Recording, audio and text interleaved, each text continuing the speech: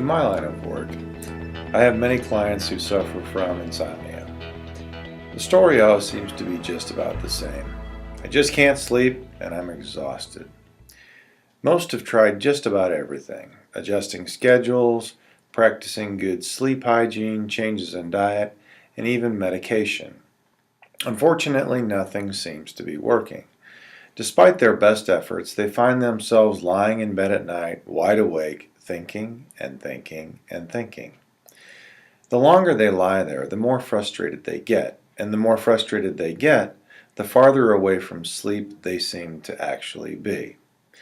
Some will claim they don't even sleep a wink, and many will finally just call it a night and get up, going about their day on little to no sleep and feeling exhausted. It's really a vicious cycle. As a former insomniac myself, I can relate to their story. I used to spend many nights that way, and many subsequent days exhausted. That was until I began applying cognitive behavioral strategies to the problem of insomnia, and then everything changed. So here's my story. As back as I can remember in my life, I had the belief that I needed to get 8 hours of sleep, good sleep. As a kid, I don't think I ever really thought that much about it. I'm sure that my parents drilled it into me. They were adamant that I get enough sleep so I could be alert and healthy. I never questioned the validity of that belief. I just accepted that as fact. When I didn't get 8 hours of uninterrupted sleep, I just accepted the fact that I was going to be tired, period.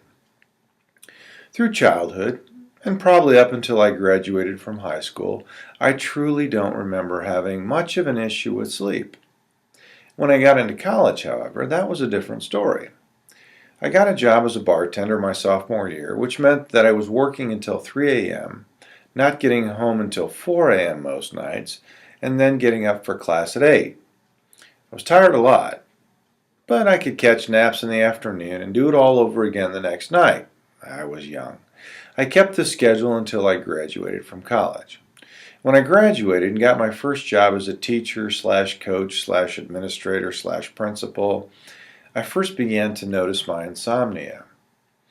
I was no longer working crazy hours, but instead of being able to go to bed at night and fall right to sleep, I would lie awake, thinking about everything I had to get done for the next day. Eventually I would fall asleep, but then I would wake up again, feeling pretty tired, and have a pretty hard time staying awake and alert the next day. I'd get through the day thinking, I just can't wait to get home and get a good night's sleep tonight, and then it would happen all over again. The harder I tried to get sleep, the more frustrated I would get. I was thinking about everything I had to get done, plus now I was thinking about how tired I was going to be if I didn't fall asleep, and that just seemed to compound the problem. I discovered that a few beers would make me a bit sleepy, and I tried that for a while. I'd fall asleep no problem, but I would wake up in the middle of the night and start the cycle all over again. Every now and again I would get a good night's sleep, which in my belief again was 8 hours of unbroken, deep sleep, but that was pretty rare. Of course, I would try to not think about everything I had to get done, and I would try to not think about trying to get to sleep, and I would try to not think about how tired I was going to feel the next day. But as we all know, that doesn't work very well.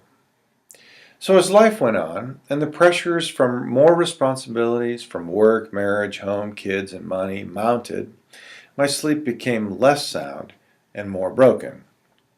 My brain would run on and on, trying to solve the world's problems night after night, when I knew I should be sleeping. Sleep aids just didn't work. Sure, I could shut things down long enough to fall asleep, but my brain would wake back up and fire right back up in the middle of the night.